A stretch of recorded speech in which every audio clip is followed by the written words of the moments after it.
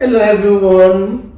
I'm here with my aunt. My name is Yewande. I'm Caroline Bimbo Afolalu, and this is my niece, as she said, from the US. Okay, so I'm so excited about this video recording because I'm sitting here with her. It's been over 20 years that I've seen her in flesh and blood. Welcome to London. I'm so excited about the conversation. So when I was coming to London, I said I really want to sit down and glean from her wisdom. She's an entrepreneur, an author, a woman of God. She's a woman of faith.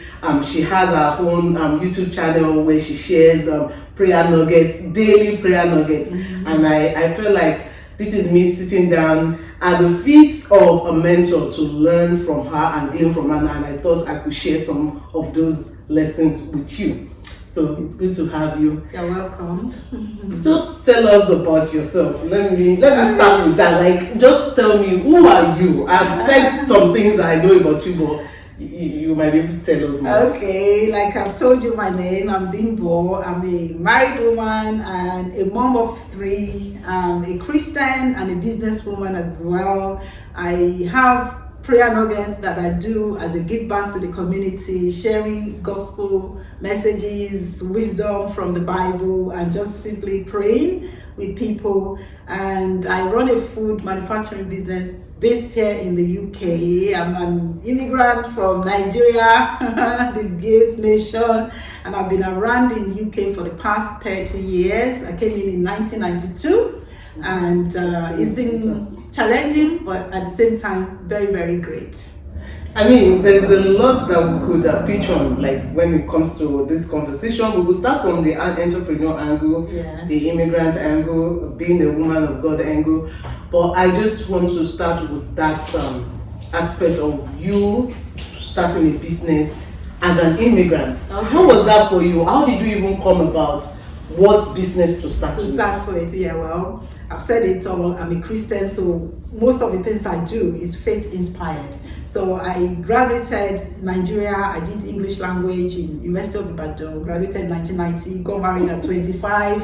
Came over here to join my husband in London, and at first I did, like all the odd jobs, like normal people, care assistant, helping the elderly, and then from then I became data entry clerk in Royal Mail, and I was studying law at the same time because my parents were retired teachers and school principals, and they believe in being a lawyer or a medical doctor. So I went to University of London, they call it then, to study law. And I was doing it at part-time since I was pregnant with my second son. So I graduated, and I said to myself then, what next? What do I do? Am I going to be a lawyer? But that didn't settle well with me. I wasn't really keen on being a lawyer. So fortunately, as a Christian, there was a program they did in our church.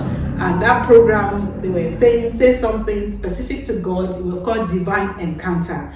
That was the message, and you have to ask God something specific and be specific, in your prayer request. So I said to God, I've just graduated my law degree. Shall I proceed and be a solicitor, a barrister, or should I continue to do my side hustle that I was doing at that time of buying and selling? I would travel to the USA, buy, some lovely clothes from New York, come to London to sell them, or go to Italy, buy gold jewelry, go to Switzerland, buy laces. So I've been doing all sort of, petty trading, they call it then.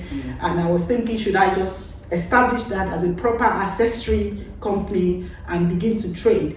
So I had that written down, I didn't have any course at all to want to be a caterer or a food manufacturer. I didn't even know anybody that did this in my family, so I wasn't interested in the food business, so I didn't put it on the list.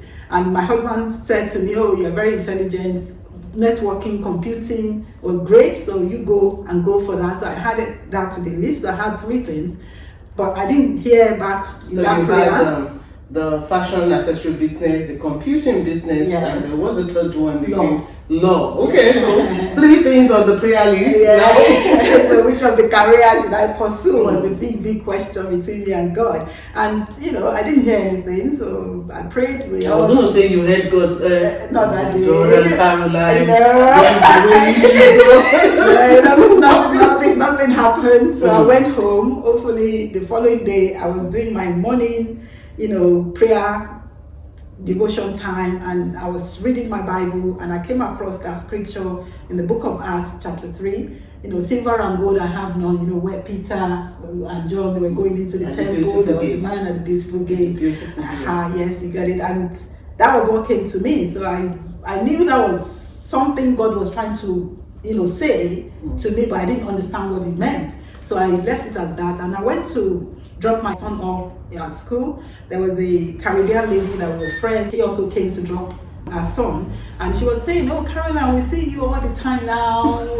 Normally you rushing off to go." I said, because I normally drop my son. I'm always hustling, running from dropping them, going to college, going to work, and all of that. So I don't really have time to engage and network with them. So he said, "Oh, but you're Kara." So I said, "Well, because I've just graduated now." And he said, "Oh, so what next?" I said, "Well, that's the big question that I've been asking God myself. What next? What do I do?" And she said, I prayed this morning and I shared with her that scripture, and she said, "Oh, the Lord has given you the scripture, would explain it to you." So I said, "Oh, thank you." So I thanked her and she left, but suddenly she jumped back and came back and said, "Oh, Caroline, stop." As I was going to start. She's a Christian? Yeah, she is. And she said, "Oh, I think I know." I said, "What do you know?" She said, "What God is trying to say to you is that out of your list, there's none of that." So I said, "What do you mean?" He said, "Silver and gold, I have none." That man, the blind man, he was expecting silver and gold, money from Peter. But Peter said, "I don't have any of that, but I have something better for you. And it's your miracle. So you are now independent. You can depend on yourself. So get your healing." And the guy, they began to leave praising God and happily went into the temple. So I said, "Oh, that's good, but okay." And I began to drive, and as I drove down to do my hair, I was still having my hairdresser in North London where my university was, so I was driving down to have a haircut, and I had some snacks. Chin-chin is called African Nigerian snack called chin-chin. Is ready to eat, sweet and crunchy snack. So I had some that I made the previous weekend, so I just took a scoop and I put it in my mouth, and I suddenly heard like an audible voice say to me, "How nice would it be if would you not like to do this for a living?" Right. And I was saying to myself, "No." This is not the silver I'm asking for. This is not the kind of I wanted something greater. I wanted something bigger. Yeah. You buy stars. You have this big chain of stores selling accessories and all that. That's the kind of thing I was expecting. So when I got that, I was thinking to myself, I don't think I would like to be a cook, because I thought that was the meaning.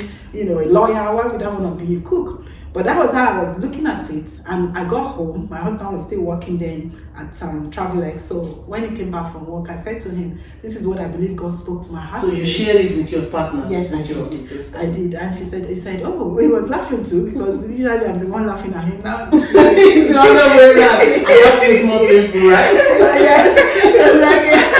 He was laughing. It was so funny. So he said, "Okay, I'll pray as well." And he went into the little room. We have like a box room. It's a 3-bedroom semi, but it was like a box room, the third room. So he went there and prayed, and he just came and said, "I couldn't pray more because I was just singing, Psalm 150. Like it felt like a peace in his mind. Joy, and he was just singing it, praising the Lord, with silver, with all everything that has bread, praise the Lord." So he came out and said, "I think he has peace with it." I said, "Okay, we'll go out, and on Sunday I'll speak to the pastor as well, just hear what he has to say." So you also reached out to your spiritual leader? I did, and he said that he did see what I said as a cook. He saw something bigger, something greater, that I should go back to university and study all about food.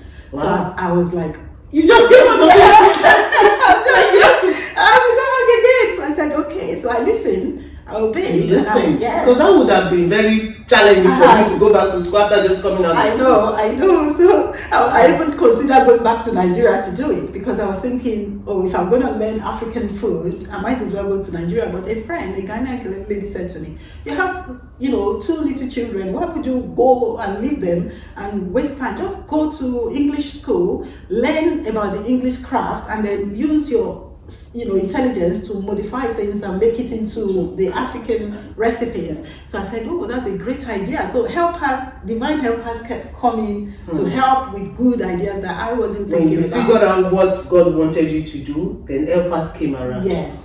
Came around. Yes. So I went to South Bank University then. They had like a bakery college at the back of the university, and I studied, we had chocolate making, patisserie, bakery, all sort of things that we I'm sure Naija Jollof rice is not on that list. No, it's none of that at all. It was all English things, like all the French bread, just European meals and all that, cake making, cake decoration, beautiful things that we did. That's how I just love the idea of beautiful creativity when it comes to food. And that's one of the reasons I said, oh, the company I would do will be called Beautiful Food. And it's a reflection of that man at the beautiful gate as well. So, beautiful display, because we were very particular about the kind of, not just the food you're eating, but the presentation. So I learned that, and I love food. Every time we had a picture taken of the food we've created, I'd say, oh, what a beautiful, piece of food. It was so really nice.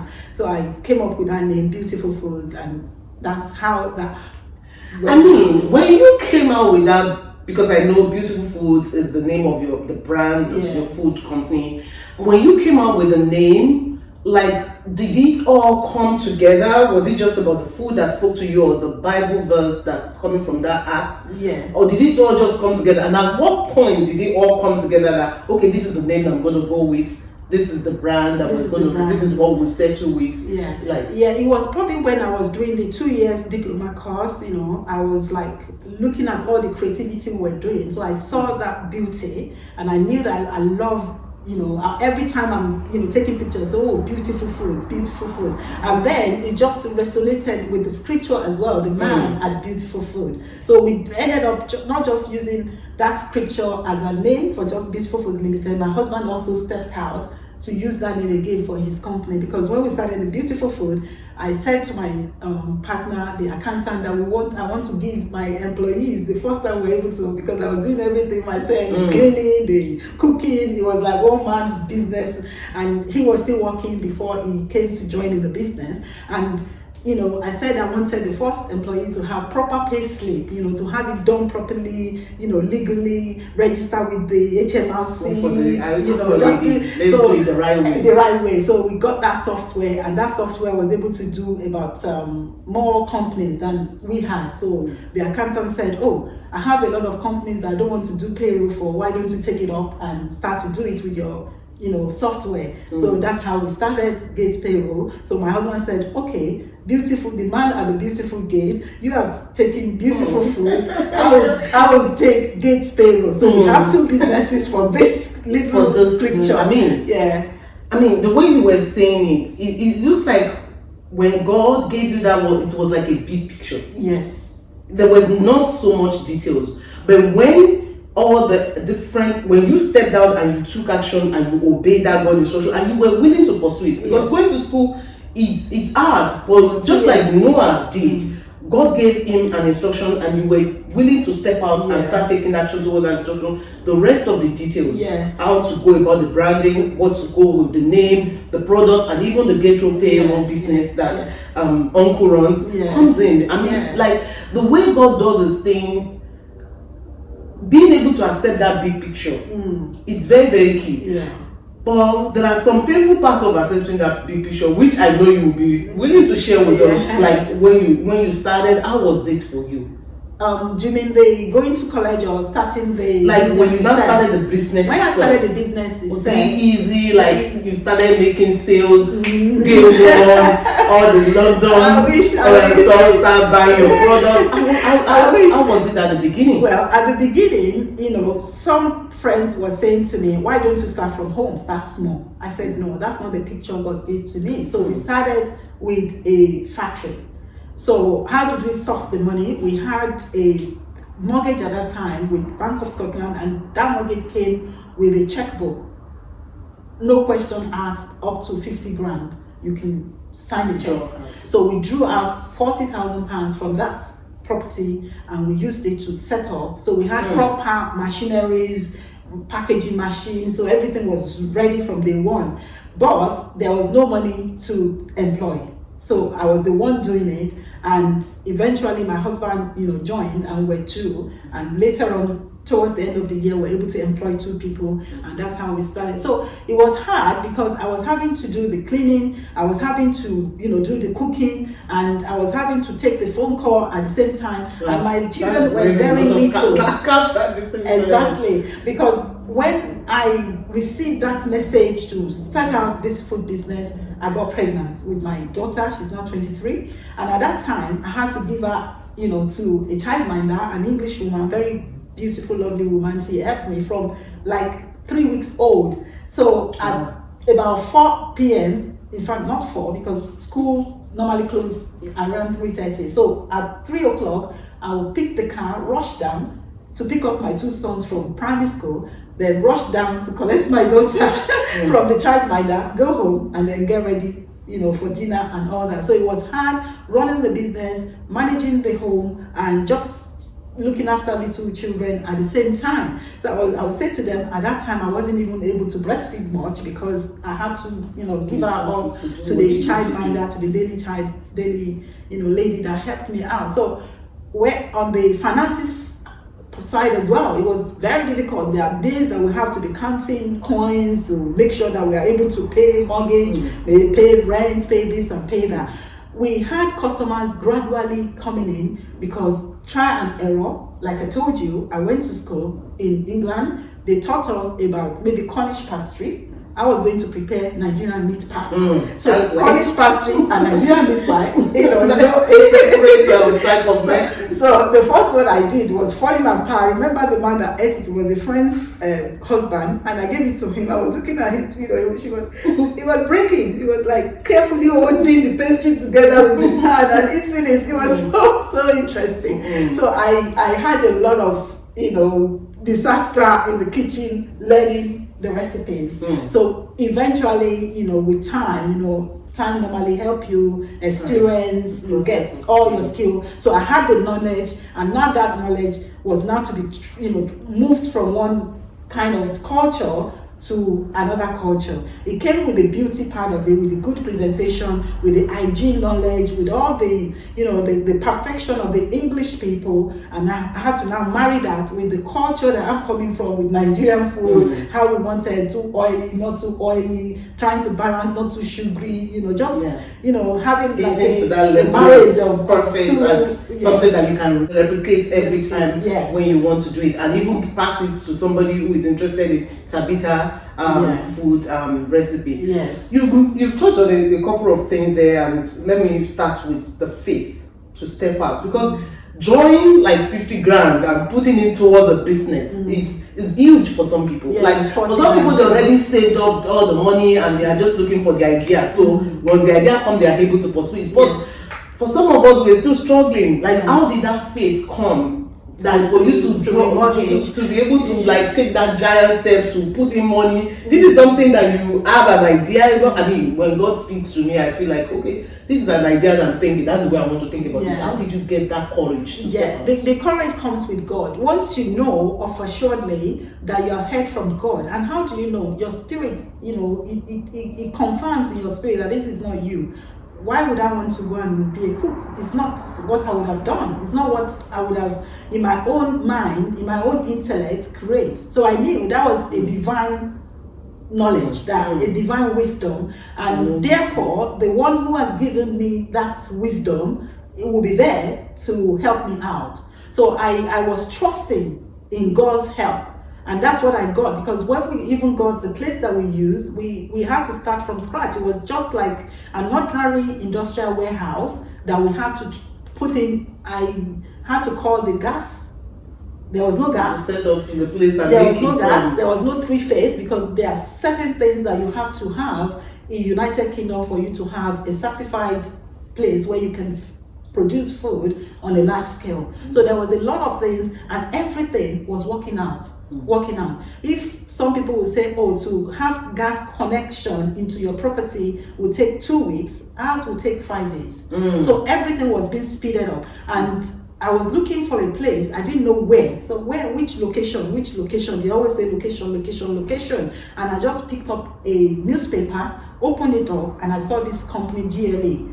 And they were able to, the property we went to was not even in the market. I spoke to them, they said, oh, I have something that I think will be ideal for you. It took us there. Wow. Within weeks, we moved in and we, began to put things in place, the same connection, everything. So when God calls, is there to help you. So I have that in my head, that even if there will be a lot of challenges along the way, which they were financially, there was not sufficient fund, and that's the first time in my life I understood what it meant to have insufficient fund. What does that even mean? I've never heard it, but at that first 2 years, I knew what that meant for you to not have enough.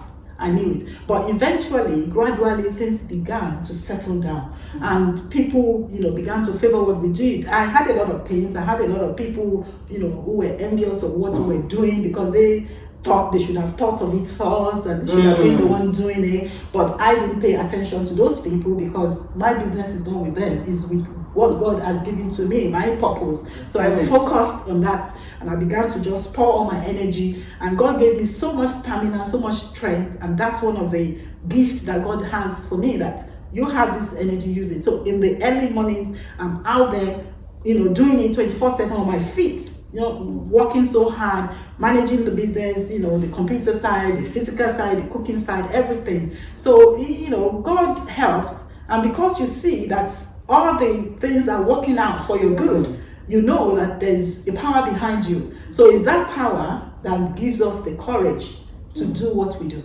The Bible, there are so many scriptures that came to my mind. The Bible says the steps of a righteous man, shining lights, it shines brighter and brighter. And sometimes in the beginning we might start and struggle, like you said, you were the one running the whole show, the cleaner, the cook, the receptionist. But now things are different right now, because you were able to set up the structure to be able to get to this point.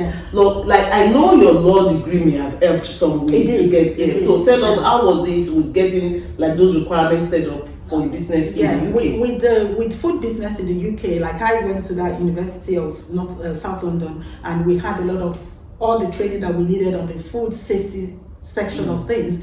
But because I have the legal background, I was able to understand the importance of what they were telling us. So if there is a property that you see that you want to use for food, there are certain things that you must know. Even the equipment, they have to have maybe stainless steel finish, so you can't have germs or bacteria harboring. So you learn so much that are so technical, and you need to create a manual to let the inspectors know that you know what you're doing. So that manual is like an ASAP manual, we call it. So you are looking at all the risk from how your suppliers, the food come to you, the ingredient coming to you. Who are your suppliers?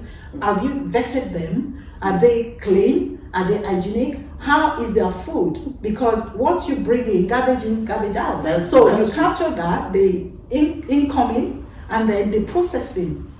From A to B, you need a flow. This is where it comes in. You have to walk through the whole process. Out to the door, to the customers. And every checkpoint has risk and hazard that you must mitigate. And you have to come up with policies that you show to people, the inspectors when they come, that this is what you think can go wrong, and this is how you have made that risk less. And then you have that as your due diligence. So on a daily basis, you have your cleaning schedules, you have your incoming product, you check those products as well, the shelf life, the testing, you take them to the laboratory to have them tested. How long can they last? Can they harbor bacteria? What is the nutrition analysis? What are the the labeling laws will let you know that can this food harm somebody? If you are allergic to egg, for instance, you've eaten TabithasChinChin, can it kill you? Yes. So you have to make sure you understand what all the allergy compliances are all about. So being compliant in the food industry requires a lot of information. Our folders, in the office there are big folders. You have the health and safety, you have the food safety, you have the staff training, and constantly you have to keep updating every year. So the law degree helped a lot, because I understood that, legally you could be sued if you harm anybody to the extent of killing them because of the food they've consumed. You could end up in jail. So I had that in my head because I understood, from the law degree that, there's punishment for things that go wrong. You might think you are ignorant. Ignorance is not an excuse. You've done something wrong, you get punished for it. So our food is always, considered as something that is very, very important, and is, something that we must protect, so that when people consume it, they are safe. They're safe. Yeah. That's very, very important. Yeah. Just on how you got started. You got started on faith, and then the courage came about when you started getting support, and then you stepped out big, because you didn't start from your kitchen. You went ahead to start the business using the fund that you have. Yeah. You've created the products, like you told us about how you understand the regulations, worked with what the legal boundaries are to create the process. Now, after creating the product, how did you get it to the customers? I mean, you're not just selling it like one piece to people. Now, how did you move from selling it in one piece? Maybe you've done that at some point, to selling it now in boxes. How did you get here? Okay, like I said earlier on, without the marketing, there's no business. Without marketing, there is no business. Yeah, there was someone that said that you might be selling gold. If nobody hears about you, nobody will buy from you. And then, gold doesn't have value until people value it. Exactly. And if you're selling maybe mud or gravel, and you are able to tell people about it, then you'll be making profits and money. So marketing is the key to business, because that's how you communicate with people that you are here and this is what you do. And like I said, we worked from an industrial unit. We were in a commercial estate, which means we don't have passerbys. So we don't have a front shop like one that can come in to buy. So we had to take our products to retailers out there. So what we did was to go out. I would, take my car, drive down, go on the street and find some African stores or grocery stores that would be willing to take our snacks, our biscuits, and I'll introduce the product to them, let them see the beauty of it. Once they taste it, they love it, let them know that once you are buying from us, there's a benefit for you, because we give you 30%. So it's like we share the profits with our retailers, and we took it further out to wholesalers as well. So we created like a price margin that would permit like an agent at the larger scale. So if you are to buy bigger bulk, then you get 10%. They understand that is 40%, 10% to them, 30% to the retailers, because they are paying a lot of outgoings on the retail stores, on everything, to put your products out there. So we make sure that we have a website where people can see the information.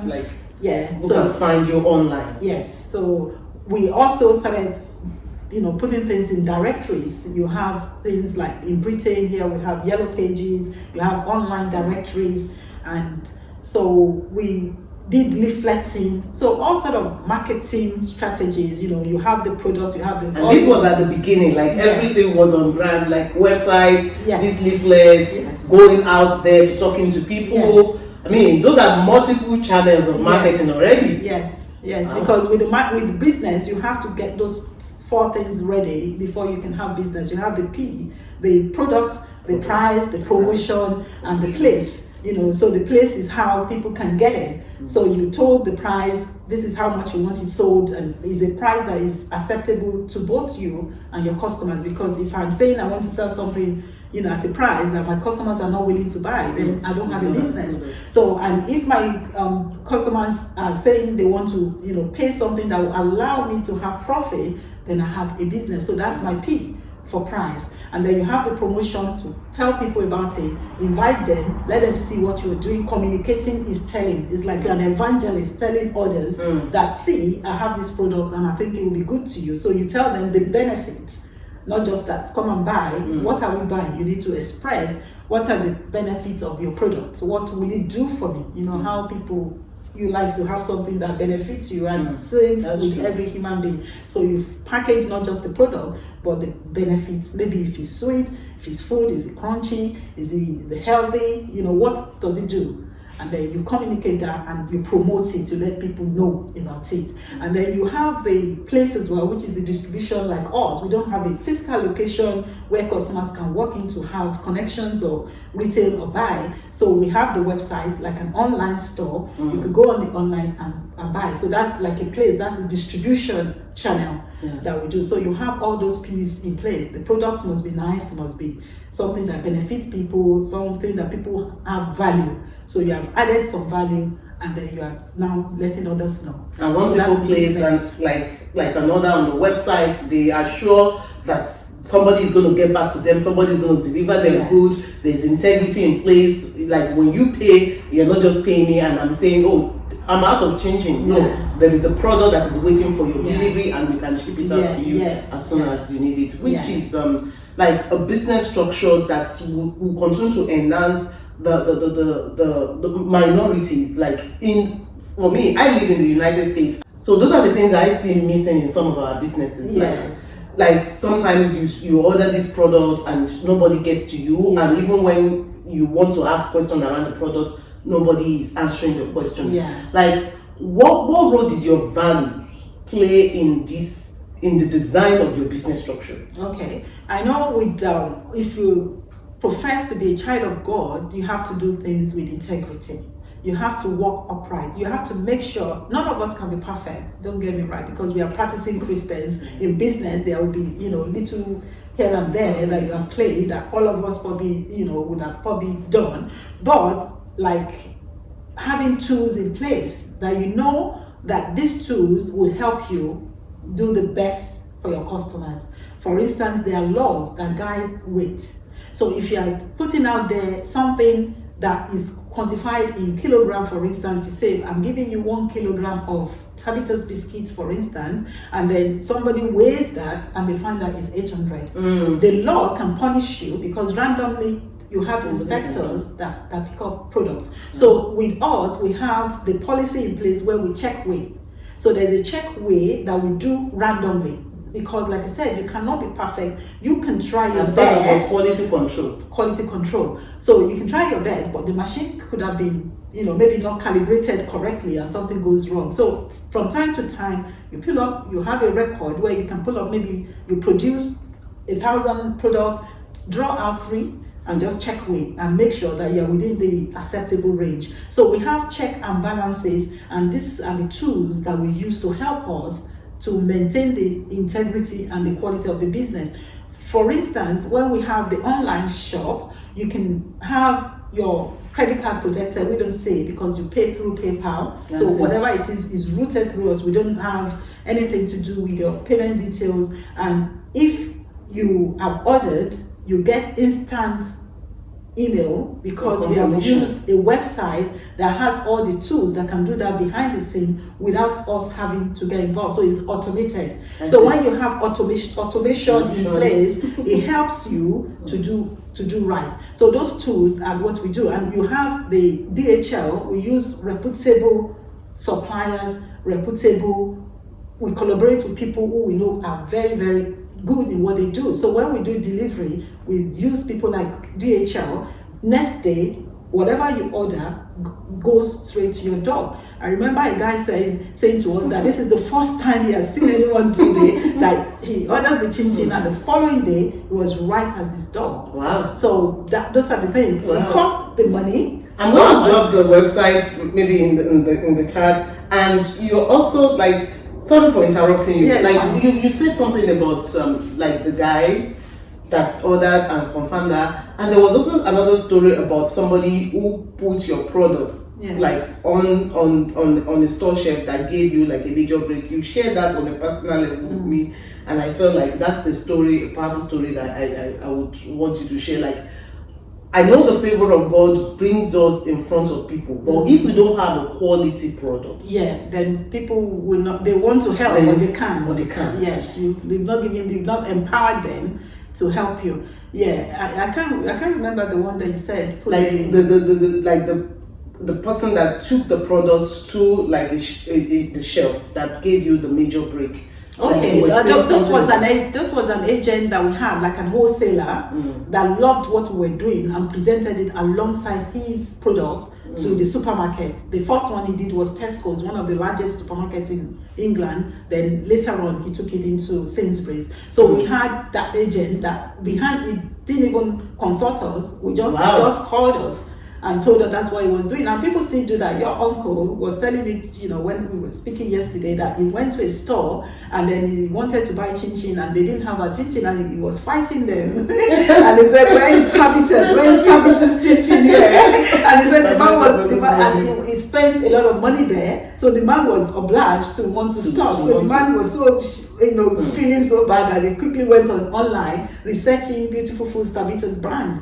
So we have people who are advocates for us, even without us knowing. He didn't tell me. If I hadn't, phoned him, I wouldn't have heard that story. So you have people who favor you for what you do, and that's why I always say to people, be encouraged. Whatever you're doing, helpers are there silently working on your behalf. You might not know. Helpers that are silently working on your behalf. Yes. You just obey. That's your part. Yes. Obey God. Yes. Do what He has asked you to Yes. do. Do what He has put in your mind, Yes. and they are. Yeah, and most of those ones, they are very quiet ones. You might not even know they've helped you. Like I said, They might not even be family. They might not even be family. They might be strangers. So I've had a stranger who went to Sainsbury's supermarket. One chin-chin ran out and they didn't place the order on time, and he went there to find them and he phoned me to say go and supply them because they've run out. I didn't know, it's not someone we know. So strangers will be there. The ones you will see most of the time are the ones that are front attacking you. So if you are not careful as a child of God, you get distracted.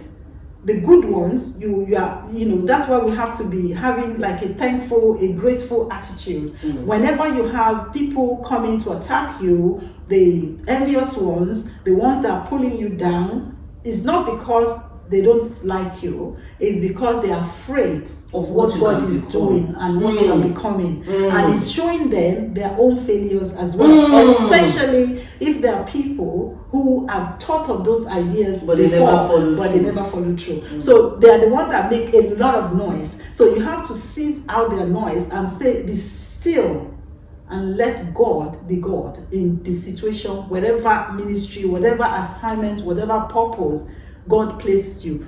Expect those people. Even Paul said that. He said the door of opportunity has opened, but there are many adversaries. So when they come, just say, oh. That's why you come. So you be silent because I have work to do. So roll up your sleeves and begin to do the assignment that God has given you. And once you're doing it, the silent operators, the divine helpers, destiny helpers, they will be moving. They will be moving and they will be helping. You like what you said reminded me of this guy in the Bible that went back to his town to rebuild the wall. Nehemiah, when he went back and they were Sanballat and Tobiah. They were going to stop this guy from doing what God had told him to do. Yes. But he didn't pay attention to them. He just focused. And like what you said now, when you focus your energy on the distractor, you are just losing the help of the people that have been sent to you, because those people want to see you win. Those people who have been called to you, they want to see you win and be all that God has called you to be. So when you're focused, and those people that are distracting you at that point, they are few. Like Sanballat and Tobiah, they are just two guys. But there are several other people, soldiers, other people that were standing to build that wall. And do you know what he instructed them to do? To carry their sword in one hand and to get busy with the work with the other hand. Now you're getting to the Bible. Tell us what that means. It still means trusting God, because we can carry swords. So our swords is not, it says, the battles we fight is not, so it's spiritual. So you have your faith, your stand of faith ready, and then you are doing the work that you're supposed to be doing. And do you know, with that alone, your faith penetrates and it converts. A lot of the people that came against what I was doing, when they now began to see the great height that God began to place the products, the supermarket that has never stocked Nigerian products started stocking us. And they saw them, they were afraid, and they began to phone me privately. phone me, they want to do this one, how can I do it? And I became the advisor. And hence the videos are starting to put out there how I started my business, because a lot of people were now asking me to help them too. So I become, I became the light to let them see that it's possible. Because a lot of the time, like I say to you, when people do these things, they are to be pitied.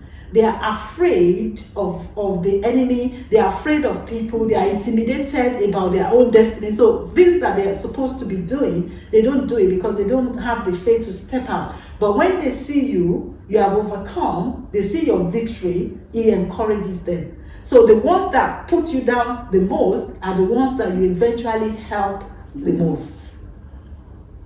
That's very, very deep. Like what you just said now, in terms of how to deal, because these are things that discourage starters. Yes. Like dealing with people, antagonists, dealing with distraction, keeping focus on your dream, especially when the result is not yet forthcoming. The result can be very encouraging, but when the results are not forthcoming and you are getting all these distraction coming from here and there, and like you said, those people, the most distracted, they are the people that you can help the most if you stay focused. Yes.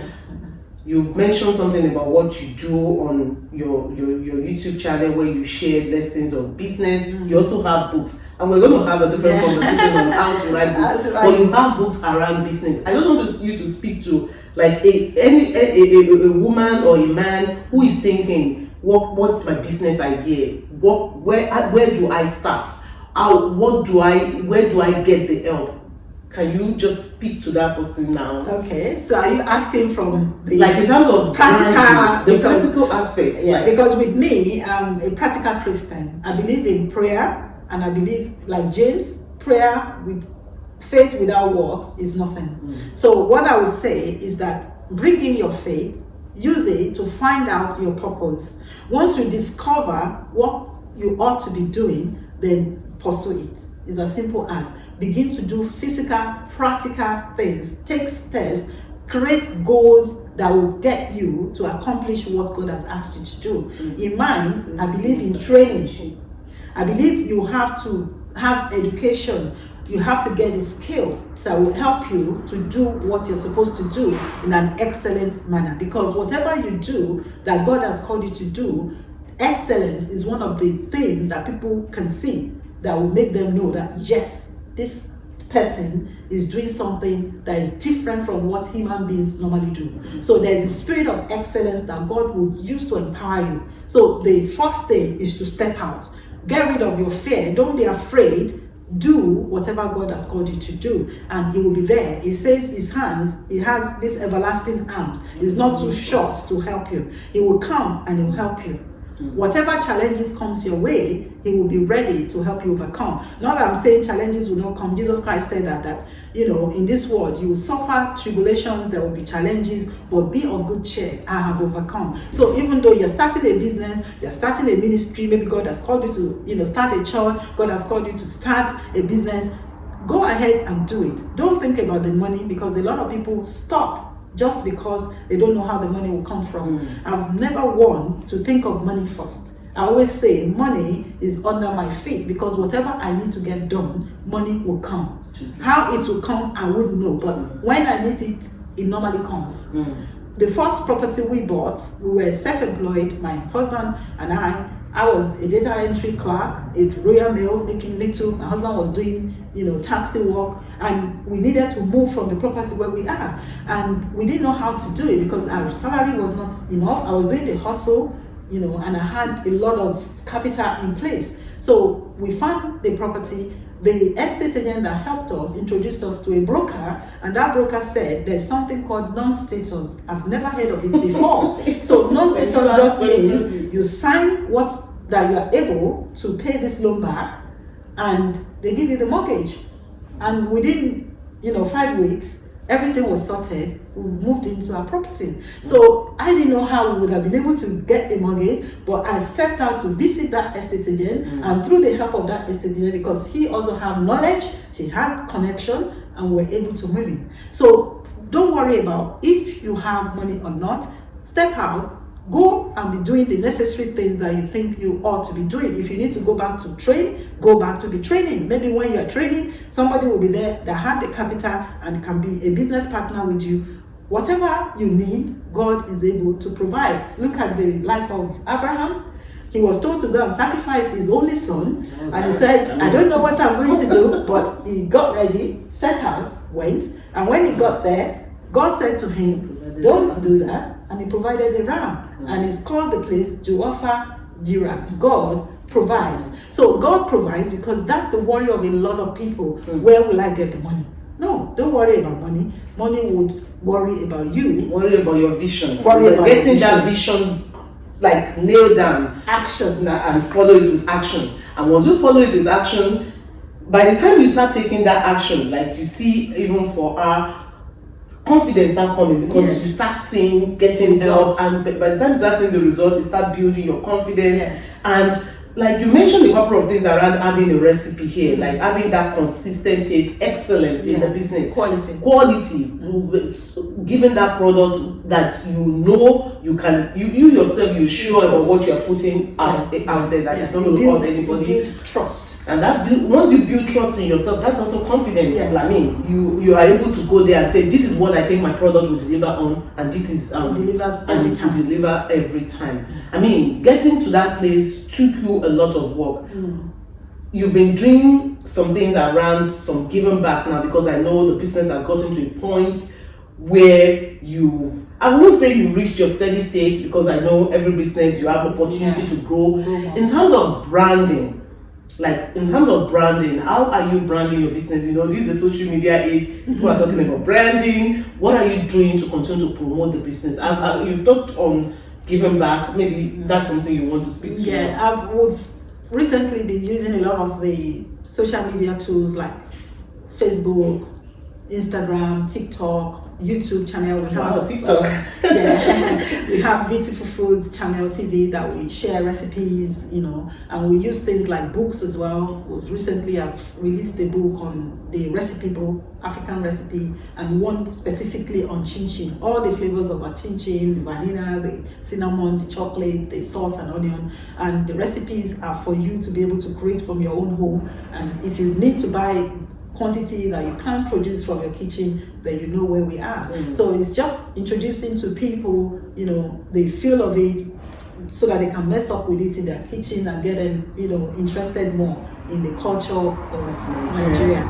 So to pass it down to the next generation. Yes. I've had a lot of ladies, brides that got married and they went and bought the Beautifulfoods recipe book, and that's how they've been able to cook for their husband. They say, "Oh, Auntie, thank you. It's because of your book that I'm still having my marriage." So it does, you know, it does really make me happy. So we use the information that the experience that we've gained to help other people, and that also help them to tell others about us. So we are using social media. We are using, you know, just being good, just, you know, sharing information freely with people and letting people just know that we are there also to help them. And because they can trust us, they can share, you know, refer us and recommend our products, and just dealing with our company makes them feel confident that they can recommend. So we're using a lot of, you know, traditional methods, and also you post frequently to update them on the status of the business.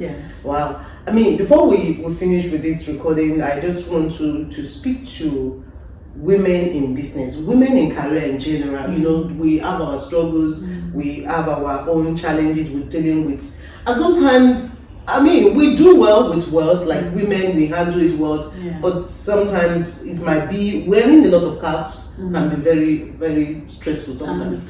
How were you able to balance that? Like, carry your husband along, keep your marriage, being able to be the CEO that you are today, and still able to keep your marriage. Your kids are all out of college now. I mean, how were you? Because you started when they were still little, and you were able to carry through, sponsor them through college, sponsoring other kids, and being a philanthropist. How were you able to wear all these hats and without getting stressed?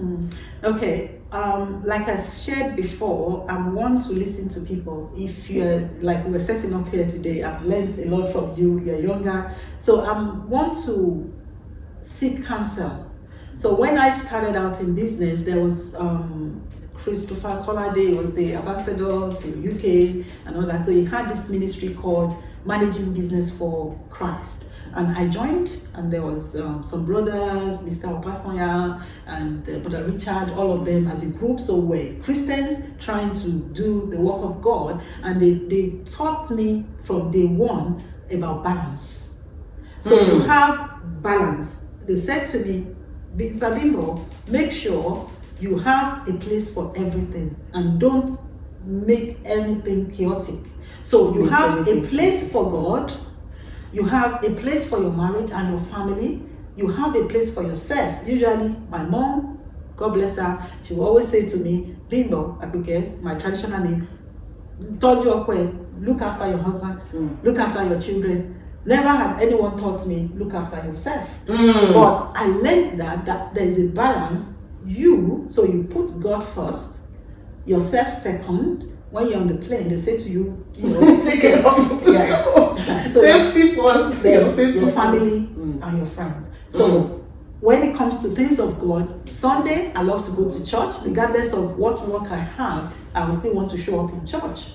So I put church on Sunday, and then I look after myself. I know that 9 to 5, people always laugh at me. It's your business. Why are you still going to be here until 10 p.m.? At first, initially, I did that. But at some point, when it's 9 a.m., I'm resuming work. When it's 5 p.m., I'm shutting down my laptop and going home. So I'll have a relaxing evening, and I have a time for God. And the charity work I do, I've pinned it down to just 1 day a week. So 1 day a week, go through my Bible scriptures, study, and then write and do the videos, and then I release that on a daily basis. 7 a.m. in the morning, I release that. So it's being able to manage time.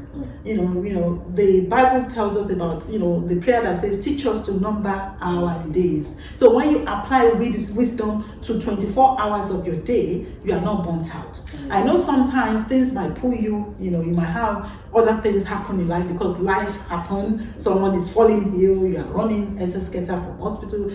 But in the end, still come back to that base that you must have balance. Don't do too much somewhere so that you are cheating out and you are killing yourself somewhere. So if you have to reduce your workload, reduce it. So if you're a career woman, for instance, you are starting out a family, you've just had a child, and you need more time at home. Have more time at home. If you need to, sell a big home to have a simple, smaller home, do that. So find out, how can I have a balanced, tranquil life, and begin to put things in place to achieve it. So creating balance and making sure you are putting yourself in the equation as well. So put God first, put yourself first, your family, and then your friends, and learn how to say no. Because there are so many things that you might want to do with your 24 hours. People want a lot out of you. A lot of people, we are Africans, how it is. Somebody wants money, they want it now. Somebody wants that, they want it now. Somebody wants you to come to Owambe. Exactly. They want you to buy hair gear, all these laces, and maybe the lace you can't afford it. You need your child to go and study medicine. You rather put that money to buy lessons. So you need to be able to use wisdom, and you need to, know what your priorities are, and put your money where your values are. So once you learn all of these things, there's no law against you. As long as you're walking in kindness, you're showing love, because and don't let people judge you or pull you down. Do your best, do what is required, love them, but love yourself too. Thank you. I mean, the way you've answered that question, like God first, yourself, family, friends. The community will come later, but you have like certain priority, right? Is very, very key. In terms of the Beautiful Foods business, I know where you are now, like in your mid-age, you're thinking, okay, where do you envision the business? Where do you see it going? What are your vision? I mean, it's okay because some of us we still. I'm sitting down here and I want to like think about what's your plan after you retire. Where do you see the business going if you decide to step back? Because that's something that like sole proprietorship business, think about what happens to this business after. Yeah, well, I'm still 56, so I have at least 15 years to retirement because I know we have been getting letters, do you want to sell, do you want to sell, and we keep saying to them, oh, we are not ready to sell. So we are not ready to sell the business, we just want to grow the business. Like if you go into my office now, put it on, the catchphrase there, this year is growth. So we're trying to make the business grow because we still have capacity that we are not yet filling. So once we, like I desire to have this place running 24/7, we only do, 8 to 5 p.m. We can run it 24/7. So we want the product to be everywhere. I know people are reaching out to me from the US, from Canada. Do you want to bring it there? I was going to ask you about that. So we want it. Someone had already said to me, oh, you can have a location in Nigeria for this that you're doing. So we still want it to be worldwide at some point, maybe not now because we're still not occupying the territory where we are in England. Is we're trying to get into Europe. So we want the product to go international. That's the dream. And we want it to be something that even if we retire, we still have people that we have discipled. My children maybe not because I have doctors coming up. I have neat people that can go into food. They don't want business stress. I know we will get neat sisters that will be interested. Buying this from your mom, and I'm going to take it up. That will be for God to now decide what the one will be. But in the next 5 to 10 years, is just expansion. So we are hanging the business on a growth foundation that even when you hand it over, the one who takes over will never have to worry about money. They will never have to worry about anything because the mortgage here, we're still paying mortgage here, will be fully paid. So we are looking into how to make sure that there is a generational legacy, is an asset that we give to them. Even if they don't want it, at least they can employ other people. Like the manager downstairs, you see we came here 9 o'clock, the manager was already here. He comes here around 6 a.m. Get start, plan the day so that the staff can all come in and everything is ready for them. And this is how it's been working with us now for more than probably 15 years. And most of the staff you saw downstairs one has been here since 2004.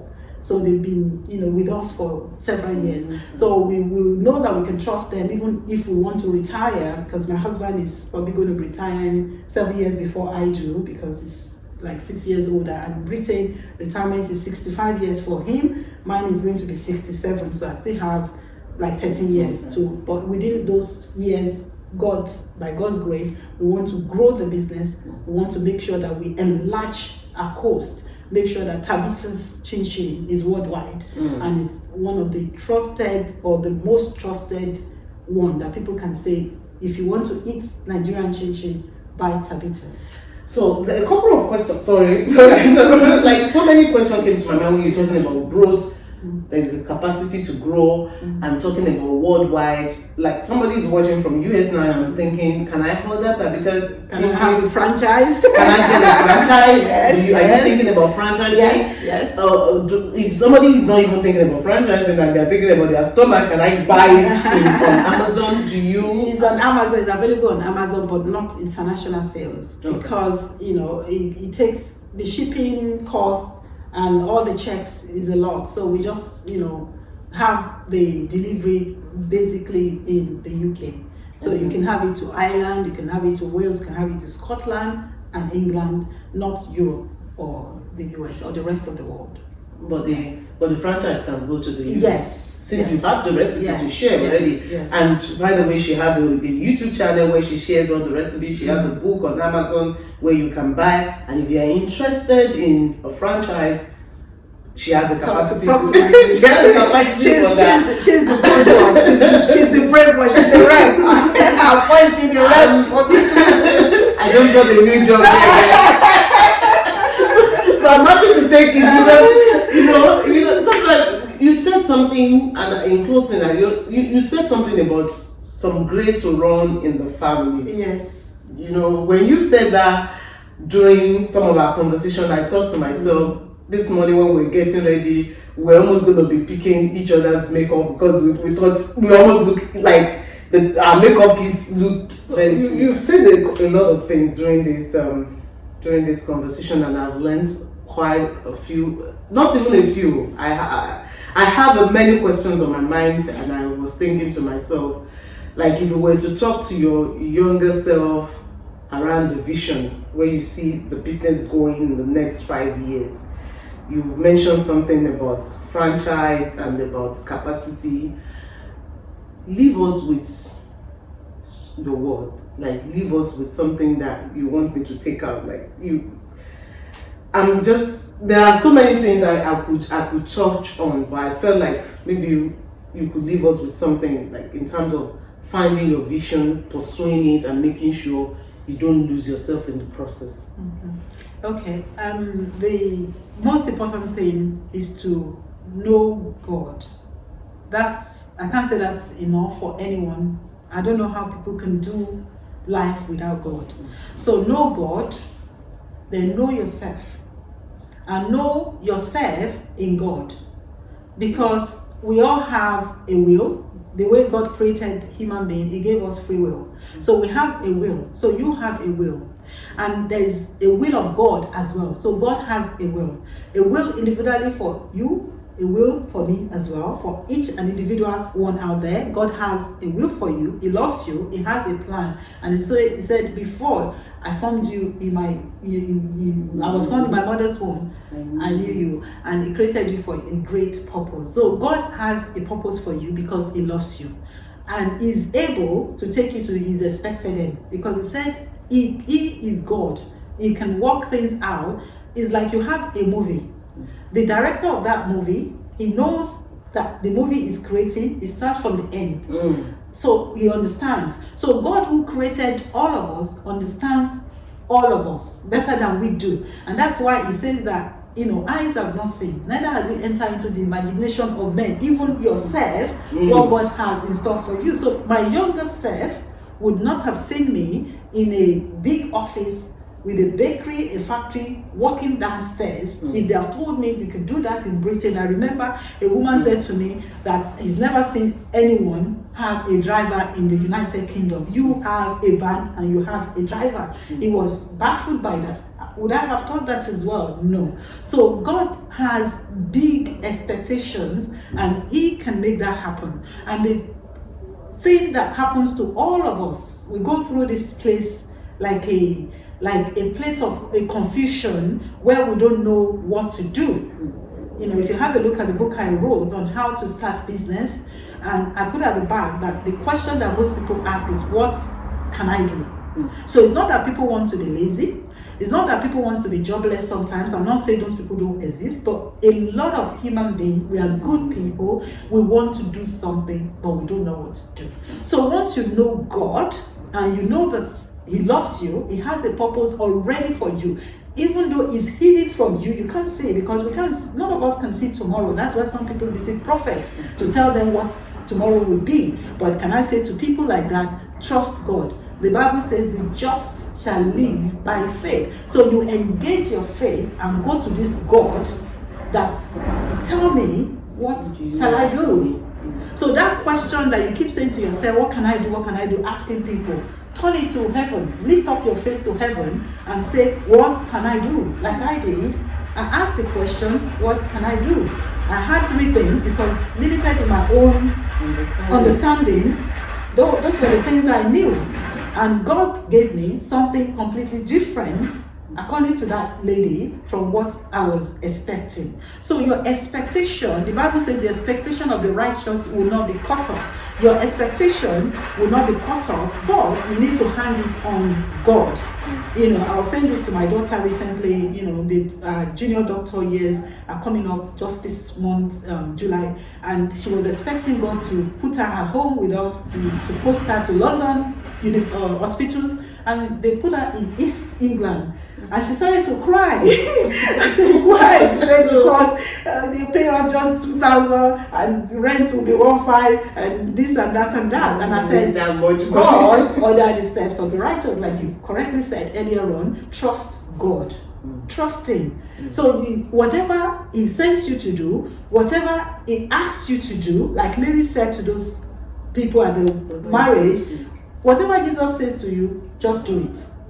And we have JD Sports saying that every time, selling on that little Mary's conversation, just do it. So trust God, ask Him, whatever He tells you to do, just do it. Wow, thank you so much. Lots of wisdom here, I really covet your courage, your confidence. You built something amazing here. I'm so excited. I'm thankful to be connected to you by blood. I'm proud of what you're doing, and here we are today sharing this knowledge. So if you have any questions for her, like I said, I'm your go-to. But you can go to our website. But if you have any questions around the business or starting, she has her books out there that you could lay your hands on and read. But if you have other questions that you have in your mind, feel free to drop them in the comment. Feel free to contact our business or on our channel and put a question out there. It's a blessing to be here in London recording this with her. It's a blessing to have you too. I've said to myself in prayer, how can I be a blessing to my niece coming? How can I be a mother to her? How can I be a sister to her? How can I be all the gap that's been in her life? How can I fill it? How can I, make a difference? I was praying to God, just asking, and she's come bearing gifts, little lipstick. He said, Auntie, I know you love red earrings, you love red, your bright lipstick. I said, oh. So I give God thanks for your life. You're doing great things. And when I look back and I see someone like you as well, it encourages me that I'm no longer alone. It brings so much joy. Our family is beginning to rise, and I pray for other people as well within the family, that God will lift all of us up to fulfill purpose and to be a blessing into the world, because that's the greatest joy, when you are not just being a blessing and enjoying God's blessing alone. You come to a place where you can at least spill out information like you are doing now, being a blessing to somebody out there. That is the greatest joy that I have. And God said to me years ago, before I started anything you do must be in the name of charity. So when I have things like the free information, I might not be a millionaire yet, but just even giving a little information that can help somebody else. The information of today, someone might run with it and become a millionaire with it. You never know. Someone might start a church from it. Something might just ignite, iron sharpens iron. Someone might just have something, hear that, and then they go and begin to just excel and succeed. And the people who know God, what did the Bible say? They will do great exploits. So it's my desire for everyone listening, by the fact that you come to my niece channel today, I pray that your life will never be the same again, because the information, full packed faith, and most of the things she's doing would bless you. Thank you so much, Mike. I'm thankful to have you here, and God bless you too. Thank you. Thank you, and I'm proud of you. I'm proud of what you're doing. I love you. So thank you for joining us. I'm so thankful for my aunt here. She has shared a lot of knowledge. And thank you for listening. If this message is a blessing, feel free to subscribe, feel free to drop a comment. And if you have any questions around how to start business, how to build your faith, or the courage to even step out to do that daunting vision, feel free to drop your questions in the comments. I'm rooting for you, I'm praying for you, and you will do God proud. Amen. Bye everyone. Bye everyone.